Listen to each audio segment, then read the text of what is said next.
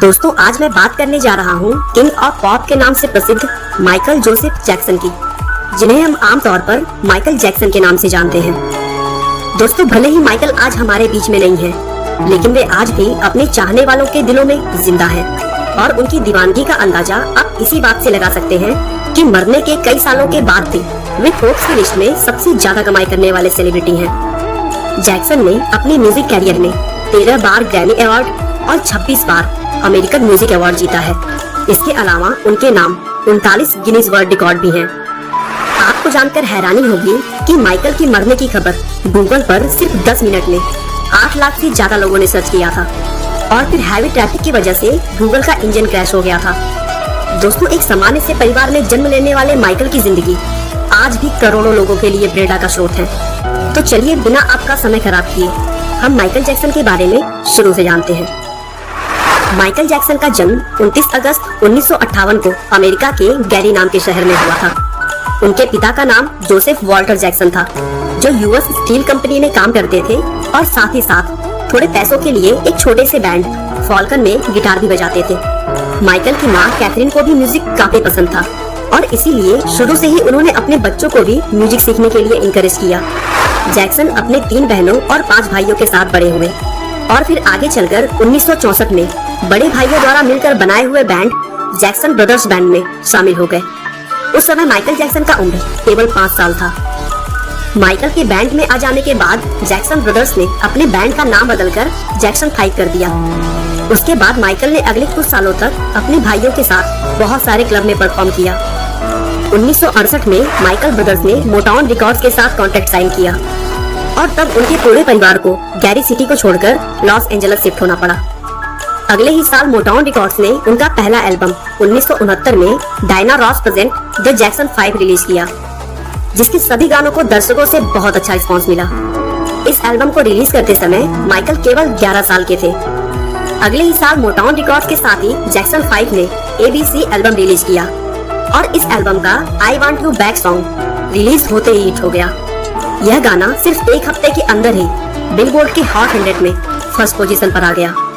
लगातार 2 हिट के बाद अब 12 साल के माइकल जैक्सन पूरे विश्व में बहुत तेजी से फेमस होने लगे थे। अब जैक्सन फैमिली पर भी पैसों की बारिश हो चुकी थी और फिर वे मई 1971 में 2 एकड़ वाले बड़े से घर में रहने के लिए कैलिफोर्निया शिफ्ट हो गए। 1972 से 1975 तक माइकल ने मोटाउन के साथ मिलकर 4 सोलो एल्बम भी निकाले, जिसमें 24 जनवरी 1972 को रिलीज किया हुआ गॉट टू बी देयर और 4 अगस्त को रिलीज किया हुआ बैन एल्बम बहुत बड़ा हिट गया। 1979 में माइकल ने एपिक रिकॉर्ड के साथ अपना पहला solo album of the wall निकाला, जिसकी 7 मिलियन कॉपियां बिकी। लेकिन माइकल की सबसे बड़ी सफलता 1982 में एपिक रिकॉर्ड के साथ रिलीज की गई थ्रिलर एल्बम के साथ आई, जिस एल्बम ने अकेले माइकल को 7 ग्रैमी और 8 अमेरिकन म्यूजिक अवार्ड के साथ साथ बहुत सारे अवार्ड दिलवाए। एल्बम सभी रिकॉर्ड्स को तोड़कर दुनिया भर में उस समय तक का सबसे बेस्ट एल्बम बन गया। एल्बम ने 65 मिलियन कॉपियों की बिक्री की और अमेरिका में उसे डबल डायमंड का पोजीशन दिया गया। बस यहाँ से माइकल ने कभी भी पीछे मुड़कर नहीं देखा और अपने पूरे कैरियर में 39 Guinness world record, 13 Grammy award, Grammy life time achievement award, 26 American music award, 18 world music award जैसी सैकड़ों उपलब्धियां हासिल की। अगर पर्सनल लाइफ की बात करें तो उन्होंने 2 बार शादी की। पहली बार 1994 में उन्होंने लिसा मैरी के साथ शादी की, लेकिन यह ज्यादा दिनों तक नहीं टिक सका और दोनों ने 1996 में तलाक ले लिया। फिर अगले साल 1997 में उन्होंने अपने लंबे समय के दोस्त डेवी डोवे से शादी की और फिर डेवी से माइकल को 2 बच्चे हुए, माइकल जोसेफ जैक्सन जूनियर और पेरिस जैक्सन। लेकिन यह शादी भी ज्यादा दिनों तक नहीं चल सकी और 1999 में वे अलग हो गए। दोस्तों माइकल की जिंदगी एक तरफ कामयाबी की लंबी दास्तान सुनाती है तो दूसरी तरफ बहुत सारी विवादों से भी घिरी हुई है। 1994 में उन पर एक बच्चे के साथ यौन शोषण का आरोप लगा तो उनकी छवि को जबरदस्त नुकसान पहुंचा। उन्होंने अपने लुक को बेहतर बनाने के लिए प्लास्टिक सर्जरी का सहारा लिया, जिसके चलते बार बार उनका लुक बदलता रहा। हालांकि जैक्सन ने केवल 2 बार प्लास्टिक सर्जरी करवाने की बात स्वीकार की थी।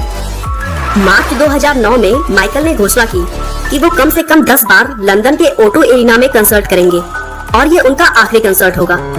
लेकिन इससे पहले कि वो ये कंसर्ट कर पाते, 25 जून 2009 को लॉस एंजल्स में स्थित अपने घर में दिल का दौरा पड़ने से उनका निधन हो गया।